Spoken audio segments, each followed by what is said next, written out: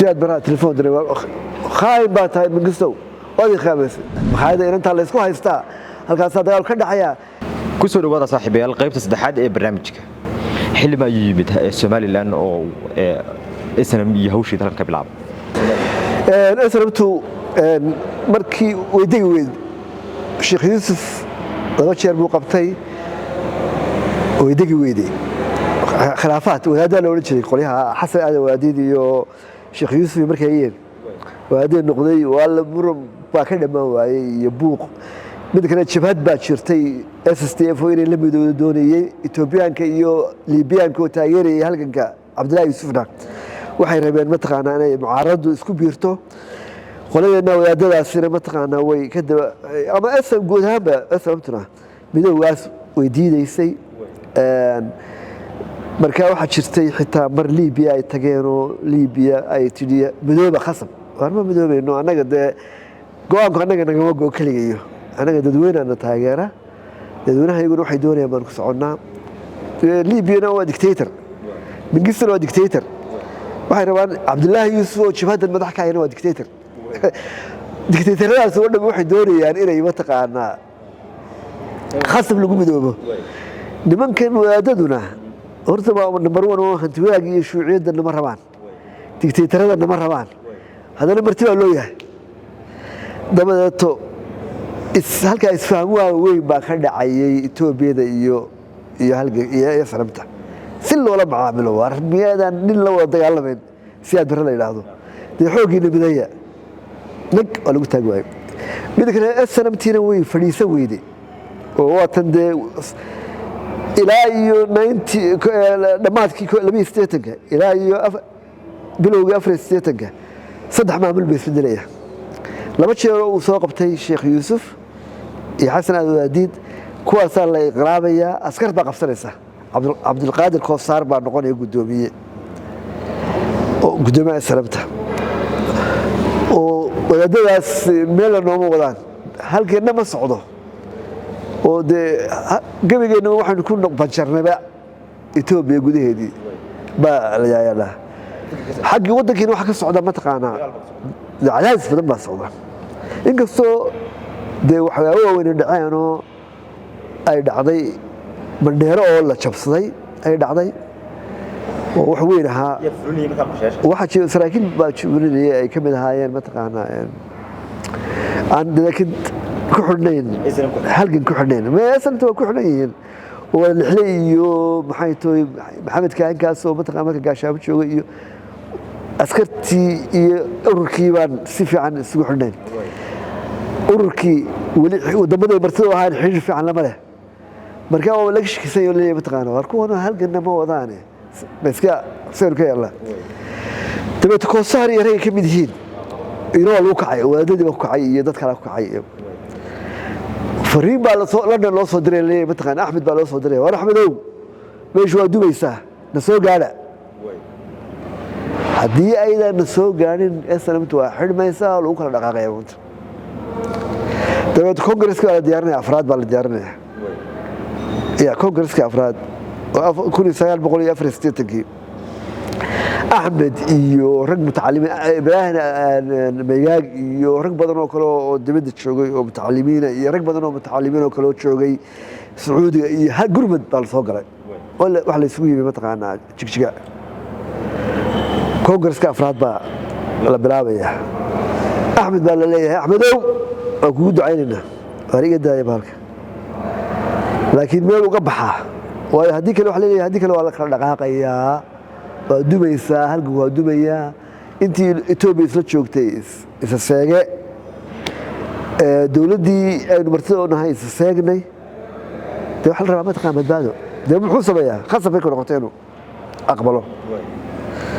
awalna wuxuu ka soo galay Congress-ka xafiisyadii London iyo galbeedka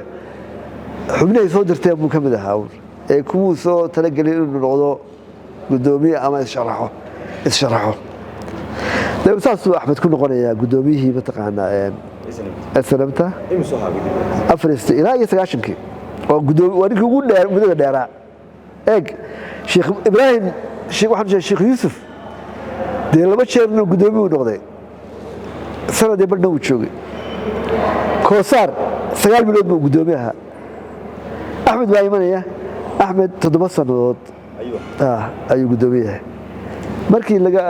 balgobadle laga bedelay cabdiraxmaan tuur yimi markii waa tii la soo galay maxaynu ka xasuusan karnaa taariikhdii halgankii SNM Axmed Siilaanyo iyo waqtigaas waxaan ku xusuusnaa Charles arrimo ugu waaweyn Axmed waajahay waxa ka mid ahaa sidoo kalsoonidii u soo celin lahaa dawladda martida loo yahay number 1 oo Ethiopia oo de xiriirkii waa go'ay runta xiriirkii iyo taageerada ay wadeen iyo hubsiin iyo wax kasta oo zero number 1 number 2 sidii ay u muujin lahaayeen gudaha wax uga muujin lahaayeen waxa bilaabmaya markaa in mataqaanaa waa markii buuraha la soo galay buuraha galbeedkana waa la soo galay barigana waa la soo galay waxa laga fuliyay mataqaanaa halgamo operation oo laga fuliyay faqashtiina waa ilfaha loo qaaday maanta xabashi markaas ay hayay oo nimka waa nool yihiin dabeetana isaguna markuu wuxuu imanayaa Axmed frontu imanaya ciidanka frontka wuxuuna u warramayaa xaaladda isna maanta ay ku sugan tahay ama waynu ismuujinaynaayo inaynu dee jabhad dagaalamaysan nahay baynu muujinaynaa ama waxaynu noqonaynaa dad dee laga tashaday oo aan cidina aanay mataqaana Mengistu iyo isaga xiriirkiisu ay ahaayeen si macaamili jireen sidii uu xiriir jiray Mengistu bilaabaya wallahi nimankii hogaamiye uu yimi ninkii markii hore dee SNMta waxba meelkaas la iska dhigay hogaamiye yimi laba sano karo wax qaliyad halkaas mataqaanaa uu ka bilaabmay markaas hubkii la siinayaa laga haystay markaas mataqaanaa saraakiil sarsare oo awal intii ka horeysay laba xiddiglaal baa la macaamili jiray SNMta taliye aad ku jirana la bilaabay inay jiranadu la macaamilaan xogo uu kaga sheekeeyay ama aad ku qortay buuga ku jira ma jiraan oo isaga iyo Mengistu tii ugu weyn waxay ahayd halka marka crisis-ka ugu weyn waxay ahayd ma garanaysaa markii waxa dhacay 1988 bilowgeedii waxa siyaad barre markii SNMtii ku soo kululeyso marka ciidankiisa iska daato markii waxa uu bilaabay inuu heshiis la galo Mengistu heshiis la galaya ma garatay wuxuu siyaad barre ku oranaya mataqaanaa war halgankii waan xoreyntii Soomaal galbeed faraanu ka qaadayna dib dambe ku weydiin mayno jabhadaanu taageeri jirnayna Tigray iyo Eritrea iyo Oromo ahayna waddanka waa ka saarayna adiguna ka soo saaray SNMta marka wasiyad iyo Mengistuna markaa dagaal baa Eritrea kaga socda culus oo wuxuu rabaa ciidankiisa jooga aagiya Soomaalida inuu qaado ku xoojiyo Eritrea oo cunid ku jira tii waa wanaagsan buu yiri haddaad nadeysaan kuwan nala dagaalamina ayda taageerada ka joojinaysaan anaguna aan ka joojinaa SNMta SSTFT way iska noqotay wax iska aan shaqeynay bay noqotay markaas Cabdullaahi soo xidhay markaas heshiiskaas markaa dalkii dhammaa waxa lagu heshiiyey in idaacadda laga xidho SNMta idaacaddii ku hadli jirtay idaacaddii halgan waxa la bilaabay in ciidankooda frontka joogaan laga qaado oo xagga dambe la geeyo ciidamada la kala ciidanka SNMtu soo xadka ma joogaan Ethiopia ciidanka siyaad barre xagga ay ka sii jeedaan markuu Mengistu ogolaaday inuu ciidanka heshiiska ogolaaday ciidanka SNMta wuxuu ku amray inay ka soo guuraan frontka oo ciidamada Ethiopia dabadooda galaan tagaan idaacadana laga xidho xafiiskana laga xidho mar qura lagu bilaabay war hayaay markaasay neeft ku dhigaysaa reer SNM go'aanka markaas Siilaanyo hogaamiye SNM halkaasuu Siilaanyo mataqaanaa ka bilaabaya inuu Mengistu u tago isaga wafdi u wato wuxuu yidhi dee waad taageeri jirteen haddeerna waxaanu aragnaa inaad la heshiiseen siyaad barre haddaba waanu aqbalaynaa taladiinna laakiin nasiya ciidankii de wuxuu ku filaqsan yahay ilaa xuduudka oo dhan buu ku filaqsan yahay shidaal aanu ku soo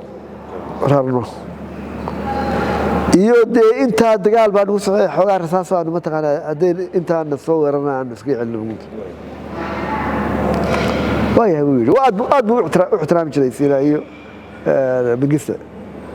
dalabkiisii oo dhan buu ka aqbalay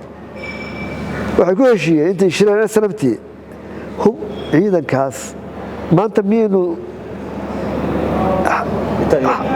maanta dagaalkeennii halkaas ku baabiin karaynaa waa maya miyaynu maanta yani idaacad niman iska jooga Ethiopia aan waxba ma noqon karaynaa maya maxaa talayn oo ah waxa lagu tashaday in soo daqiiqo shidaalkii laga soo qaaday Mengistu in lagu soo raro waxa la go'aansaday in shidaalka lagu galo waddanka gudihiisa ismaqiiq waa marka Burco la soo geliyo mataqaan ya Hargeysa la soo geliyo hubkii iyo wixii ay haysteen gawaadhidii iyo wixii oo dhan mataqaan ma la oran karaa taasi markaa xilbaan khiyaamay oo uu khiyaamiyey Mengistu isagu uu khiyaamiyey asbaan uu khiyaamay ciidanka ku soo raraya uu ku leeyahay mataqaan shidaalka waxaan ku gelayaa dalka ya marka waxa weeye waxa la go'aaminayaa war waa la gelayaa waddanka wixii dhacay ha dhaceen runta ya waa la gelayaa dhimasho iyo inaynu noqono dad iska jooga Ethiopia dhimashada dooranayna saas ku soo gelaya markii waraysa Siinaan wax lagu yidhi ilaa wadigii beenta u sheegay Mengistu intaanaan markaanu gelino adiguna waan iska dhooftaa soo ya taasina khiyaamo labaad bay xabashidii waa imanaysa xafiisyadii mataqaanaa jigjiga iyo adir laba iyo esrabta cid ay la hadlaan waa waayeen cid ay la hadlaan war maxaa dhacay siyaad bari wuxuu qaatay inuu khiyaaneeyay Mengistu khiyaan uu qaatay waa khiyaamaysay iyadoo Morgan iyo muxuu ahaayay Mengistu iyo saraakiil jarnadii ay baxardaar joogaan oo la rabo loo dabaaldego heshiiska ayuubaa riboorka la bixinayaan mataqaanaa leeyahay ciidamadii SNMtu oo iyagoo kunkuusan bay soo galeen waddankii siyaad baraa telefoon diray khaayin baa tahay Mengistu waad khiyaamaysay waati waraba hadda warka helay aboo la khiyaamay markaas Silaayo buu baxay isagoo SNM markaa aan gudoomiyahay dawaati markii dagaalkii dibadda u baxaya dagaalku wuxuu noqonayaa gudahana dagaal baa ka socda magaalooyinka Somaliland dabadiina wax idaacada BBC iyo meel kasta laga sheegaya mugsunta dagaalkii maxaayada inta la isku haystaa halkaas dagaal ka dhacaya intaas ma taqaana yani qiyaadadii siyaasiga ahayd waxay bilowday in dibadda ka dagaalanto muhiimta oo de lama ogoleen in xagga war ka baxo siyaad barama ogoleen marka warka baxaya SNMta ka baxaya wuxuu ka baxay Siinaayo iyo ragga lamida iyaga dunida la hadlayay iyaga mataqaanaa waxa dhibaatada dhacaysa sheegay guulaha SNMta iyaga sheegay waxa soo dhan oo ka qarinayay wuxuu lahaa siyaad barre mataqaanaa marka waxa soo dhacayaan ciyaaraha ka socda mataqaanaa Hargeysa iyo ciyaarihii gobolada ka socda مثلا كما سعودنا دجال ما قصعنا واحد بلاد كونغرسكي سجاشنكي كل إنسان يقول سجاشنكي ولا سوي منيا مركا دورش هذا عسد قشور قدود بالله دورنا يا عصب بيجس سياد مريم بيجسنا كلا جويا وده خلاص مركي ده كانوا قحي سياد مريم بيجسنا سويشيس كودي هالكاس كبر يا مونت هالكاس يعني اللي هو قام كأسر بروحه كبلابيا إنه أبابلو متقع حريه قحوتيجا إن راشنكي لسيري أي أبابلان واحد في أبابلان مونت هالكاس دتكو بحياة شركة كان شركة الحادوي شرويني الحادي أسرمت تبى تروح لدوري هو قام عصب بقسته يوضياشة هي كلا برد أسرمته واحد دوري إنه سيناء يكسر نقطه كلا برد كلا واحد دوري أن متقنا إن عندك إلا دورته دوتون سمروا وعدعي سيناء مركب حولي مر هدي سمروا ماشي بي أنا أقول تدرسون وسوه قابلي بس أنا تنازلي عدي للدورة كلا هاي أهل دورته تبى واحد شرحي عبد الرحمن تور محمد حاشقن هالكاس عبد الرحمن تور لو دورنا سيلاي وكورة شري عبد الرحمن تور كورة شري bilo kadibna waa la soo gelaya wadankii waa la qabsanaya isna waddanka way soo gashay Axmed Silaay markaa xaq u joogay muxuu qaban jiray markaas shabaadu markay soo galaan wadanka markaan wali barnaamij fiican eeg si habqala loo soo galay wadanka iyadoo aan qorshe wanaagsan la haysanin wadankuna burbursan yahay labada arrimood baa jirtay wadankii waa burbursan yahay SNMT meesha SNMT waxa hafiyay dadkii qaxay fara badnaa qabaa'ilka ahaa ee mataqaanaa de hubka qaatay wixii qabaa'ilkii hubka sitay ee dayda lahaa dhalinyaro lahaa iyo SNMT wixii oo dhan markuu dhameeyay wadankii burbursan soo galeen Cabdiraxmaan shirki burca dhacay halkaas mataqaanaa yani laga dhawaaqay maamulka Soomaaliland shirki burco laakiin maxaa maamul ugu dhawaaqay wadan burbursan aan dhaqaale loo haynin dadkii mataqaanaa xisbiga aanu habaysnayn baa jira markaa Siiraan iyo oday buu ahaa markii dagaal dhacay SNMT dhexdeeda ka dhacay waxa dhacay mataqaanaa in ma garanaysa xarihii ciidamada la soo galay baa hubkii la kala boobaya Siiraan markaa oday ahaan dajintii dadka ayuu ka qayb galayaa maanta colaadihii mataqaanaa iyo dhalinyaradii fuudada waday ayay mar ayuu ka qayb qaadanaya mesela markii SNMT islaysay kooxaha SNMT islayaan oo dhinacna iska beelaysan dhinacna mataqaanaa ayaa jirtay dadweynaha kacay oo SNMT weerar ku qaaday oo le mataqaanaa waxay nimankan dagaalamaya ee biyo waaleeyeen mataqaanaa iyaga ciidan galiba dadkii buu la hadlayaa Siiraan iyo oranaya mataqaanaa joojiya waxa kan waynu dejinayna wadanka SNMT mataqaanaa nimadeeni weeye iyagu baa bayno ciidana mataqaanaa hub inay xariyo hubka inay gubaan bay doonayeen dadku hubkan waa hubkii wax iska celin lahayn birito ya haddaad gubtaan ilaa cadowgeeni mataqaanaa ma tegine oo weli si aad baradee dagaalka waa ka socda xaggaas ka socda uu joogay dadkii uu kala dejinaya nabadeyntu kala dejinaya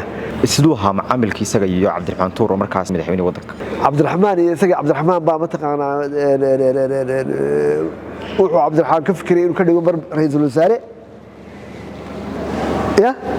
Cabdiraxmaan in Silaay Cabdiraxmaan Tuur baa ra'iisul wasaare ka dhigay ha haddana ciidu baa la taliso uu ka noqday muxuu tahay qorshaha marka xoogaa waxaad moodaa in mataqaanaa isfahamkoodii yaraaday isagana dhisay Cabdiraxmaan Tuur markuu noqonay gudoomiyaha uu kula taliyay dadka taageerayaashiisa dhisa Cabdiraxmaan marka odaygaas markaa inta SNMT iyo Cabdiraxmaan Tuur waa lay dagaalkii burco iyo dagaalkii berbere iyo wax kastaba dejinta dadka odaybu ka hamuunta xitaa mar baa jirtay mataqaanaa baabuurkiisa laga qaatay oo Maleeshiya mataqaanaa taabacsan Cabdiraxmaan Tuur ka qaateen oo dawladda Maleeshiya isaga xaq dhinaciisa ahayd ayaan waan soo dhicayna xoog waad idin yeeshay weeydi idina SNMT baatina idina SNMT hadda baabuurkaygu idinku haysaan iyo hadii anigu aan hayo isku mid weeye fadhiisa warkaas ka joojiyay bacda dhoofi Axmed wuxuu iska qabanayaa Yurubtiisu qabanayaa cigaal baa la dooranayaa shirkii boorma cigaal lagu dooranayaa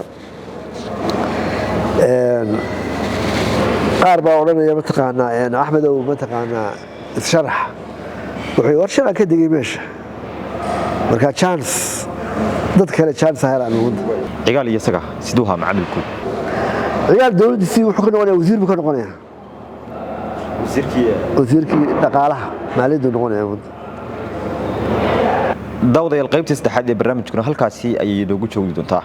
la soco qaybta afraad ee barnaamijka oo ah qaybta ugu dambeysay ee ku eegi doono taariikhda iyo halgankii madaxweynaha afraad ee Soomaaliland Axmed Maxamed Maxamuud Silaanyo waxaana barnaamijka igu marti ahaa oo aan ka wareysanayay qoraaga buugga Axmed Silaanyo xildhibaan hore Cabdiraxmaan Yuusuf Cartan